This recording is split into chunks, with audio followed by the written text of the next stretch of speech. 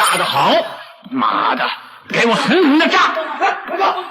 命令107师向14号高地集结，缩小包围圈。当老蒋的飞机狼狈逃离五华山后，昆明上空并未迎来久违的平静，反而酝酿着一场更大的风暴。老蒋在逃离的过程中，就迫不及待地用电台联系上了他的心腹汤瑶，亲自升任他为陆军副总司令兼参谋长，让他指挥26军和第8军，以飞机轰炸开路的方式向昆明发起猛烈的反扑。与此同时，远在重庆的刘邓首长也收到了卢汉、刘文辉等人成功起义的电报。刘司令一方面为卢汉等人的义举感到高兴，但喜悦之余，更有着一份战略家的沉着冷静与担忧，因为他很清楚，单凭卢汉手中那几个临时组建的保安旅，想要顶住汤瑶的反扑还是比较困难的。所以，为了保险起见，他命令留守在贵阳的部队密切注意昆明的动态，随时准备支援卢汉。本来我们是不主张卢汉提前起义的，但是蒋介石把他逼到了梁山脚下。而此时的好消息不仅是卢汉等人的起义，广西战役也即将胜利结束，陈赓兵团将回归二野的建制。邓公觉得等4兵团稍作休息后，便立刻安排他们启程，到时将由广西直插云南。很快，汤瑶的反扑就来了。1949年12月16日，汤瑶以2个军组建成第8兵团，命曹天歌和彭佐熙分别继任第8军和第26军的军长，共4万人从东南两面共同夹击昆明。老蒋的飞机轰炸加上汤瑶的打击，顷刻间昆明城内火光冲天，老百姓出现了巨大的伤亡。卢汉听着手下的报告，虽然有所预料，但面对汤瑶的反扑，让他心里依旧没有底。就在卢汉愁眉不展之际，警卫带来了一份北京传来的电报：卢汉将军，云南起义有助于西南解放事业之迅速推进，为全国人民所欢迎。中共中央和中央人民政府主席毛泽东，中国人民解放军总司令朱德。可以看出，我党中央对卢汉的这份及时的认可和鼓励，让他的心态发生了巨大的转变。从原来的压力山大、底气不足，到现在的重拾信心、斗志昂扬，只是瞬间的过程。这让卢汉明白，起义成功只是第一步，如何守住胜利果实，才是对他的真正考验。但话又说回来，身为一名久经沙场的将领，他从来不缺乏勇气，更不缺乏战斗的信心，缺的只是这种被认可的自豪感。北京的电报不仅是鼓励，更是一张来自新政权的身份认证，正是此时他最需要，也是云南人民最渴望的政治支持。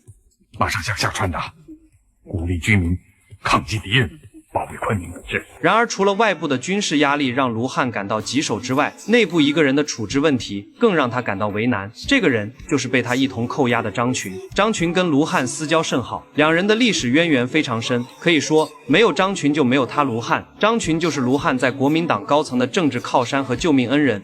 早年龙云被赶下台的时候，老蒋就想让中央军主政云南，是张群多次在老蒋面前力荐卢汉，称其稳健可靠，卢汉才得以出任云南省的政府主席。说起来，也亏张群没让中央军控制云南，不然云南想和平解放还得费一番功夫。而到了1948年国民党内部派系之争时，李宗仁等同僚察觉卢汉多次与中共接触，曾提出卢汉存有异心，西南边陲不稳为由，要求武力解决云南地方势力，又是张群以身家性命为他作保，让卢汉再次逃过一劫。到了49年卢汉前往重庆述职时，也是张群从中斡旋担保，卢汉才得以安全返回昆明。张群的多次舍命相救，让卢汉对他的恩情铭记于心，一直想找机会报答。1948年，在张群出任西南军政长官时，西南各路军阀无一人响应，只有卢汉默默站出来对他鼎力支持。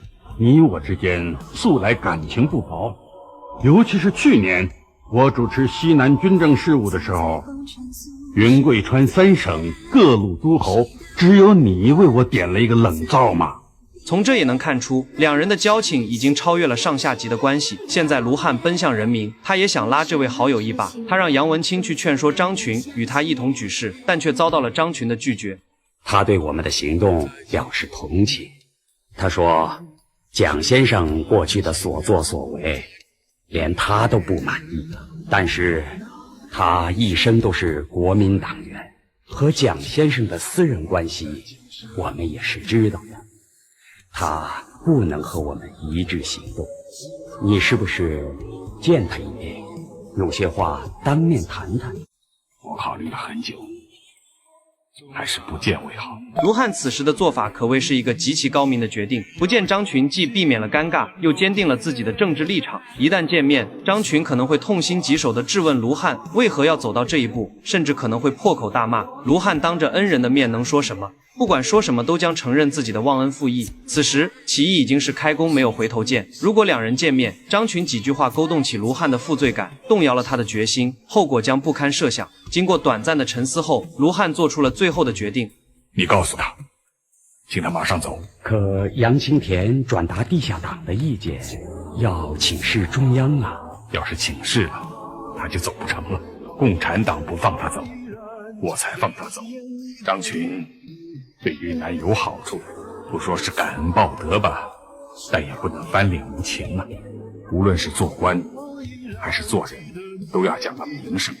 可你就去吧，马上送他到机场。对于卢汉的决定，杨文清只能遵照执行。随后，他同龙泽会一起又面见了张群，几人一阵寒暄后，将卢汉释放他的决定告诉他，并且还把张群随身携带的黄金换成了港币，方便他携带离开。我这大半辈子就结交了永恒这么一个朋友啊！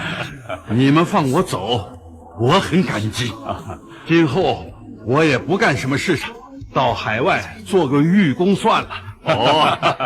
1949年12月12日，卢汉释放了张群。张群在昆明机场搭乘专机飞赴香港，但他到香港后没几天，便违背了自己后半生去海外做渔工的诺言，于12月16日又飞到了台湾，继续为老蒋效力。1950年任国民党中央改革委员会委员，后又多次任职不同的职务，直到1990年才去世，享年101岁。值得一提的是，当年我党中央是打算留着张群跟老蒋交换张学良的，可因为卢汉的私自放人，让这个计划宣告破产。但考虑到卢汉当时的立场，便不予追究了。正如卢汉说的，无论是做官还是做人，都要讲个名声。他非常清楚，他正在参与书写历史，他希望在后世的评价中，自己不仅是一个顺应潮流的起义将领，更是一个有情有义的英雄。他宁愿承担巨大的政治风险，也要保全自己重情重义的名节。